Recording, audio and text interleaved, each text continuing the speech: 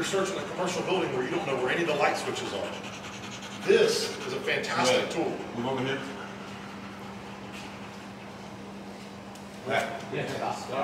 If you hear that, the hair on your neck should go.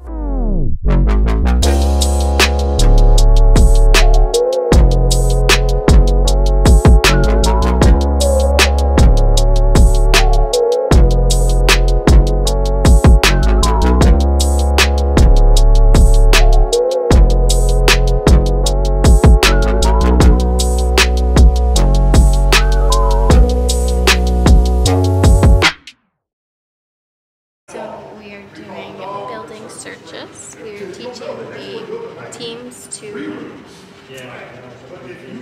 be more methodical about what they're doing and think a little bit more about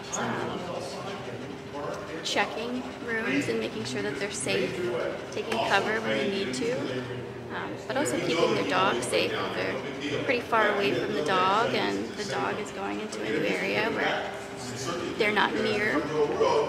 They should stop the dog, and then once they get near the dog, they can continue to get him to search, just in case purposes. Yeah. How many dogs you worked so far? Just one today. Oh yeah? Yeah. So you're not tired yet? Not yet.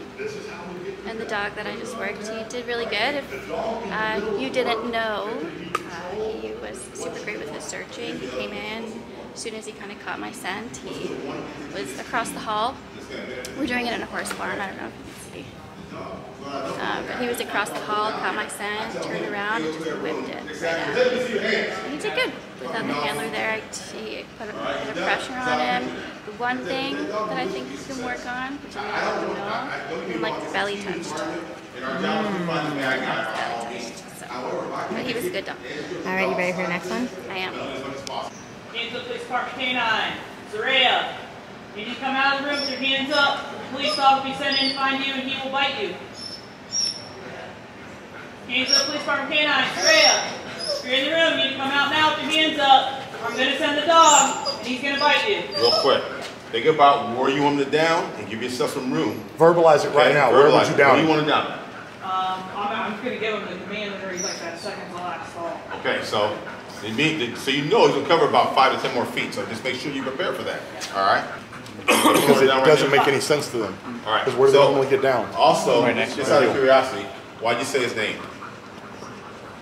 I mean, is there another dog out there you might be confused? No. Talking to them, not him? No. Okay, remember, because you're thinking real world. What if his real world is 11-year-old kid runs out, and you go Draco, whatever his name is. Okay, that might be the time you needed to put the fucker on it down, and now he's there. So just gonna happen to give you a command. And I'm gonna touch on that also. It goes back to what I was telling you guys earlier about when you talk too much. Yes. So understand that the only reason any word has value to a dog is because we create value. Exactly.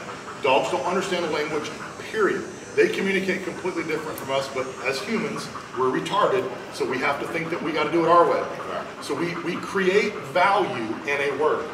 The problem is every time you add more words to the equation, you devalue that word. Right? Give him his commanded down. Just as commanded down. And how do we know he was listening to you? Not only that, but what else did he do? The moment you started talking, you stopped his forward aggression. He started trying to question what he was doing. He was trying to figure out what else should I do. Yeah. So take that name out of it and get that command going. He might have fucking gave you a little bit more. Because also that name starts preempting the return. Exactly. Right. Exactly. Like a recall. You guys want value in your words? Use your words And only that. conservatively. Hands up, police K9. If you're inside the building, you need to come out now with your hands up. The police dog will be sent in to find you and he will bite you.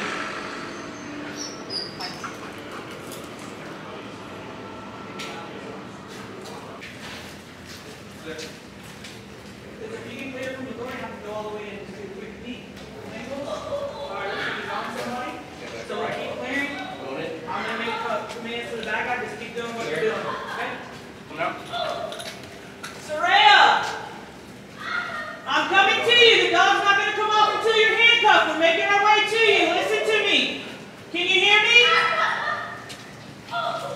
Suria, can you hear me? Suria, we're coming to you. I need you to step out of that room into the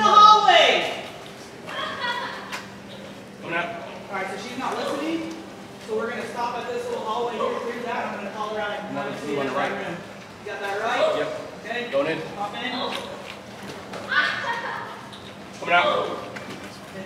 Clear. Up to the hallway. Take your angle of your seat. Okay, good. Good, Suria, come on out. Come on out. You ready? Get this block those, and you're going to make contact. I don't want to move into this door because it's still open. Suria, come to me. Come to me. Keep coming. Keep coming.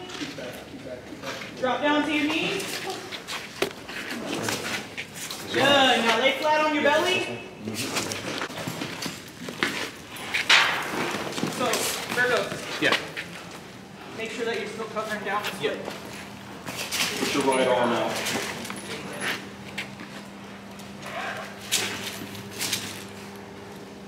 Simulate handcuffing for me. Cuff. Good. That belly with the dog on a bicep, not only are you putting the bad guy in a bad position, but you're putting the dog in a bad position. You're asking basically the person to lay on the dog, right? And then when on that spot, she tries to lay down, he's taking that as pressure to him, so what does he want to do? Drive into it. He's rolling her over. And you're searching a commercial building where you don't know where any of the light switches are. This is a fantastic tool. Move over here.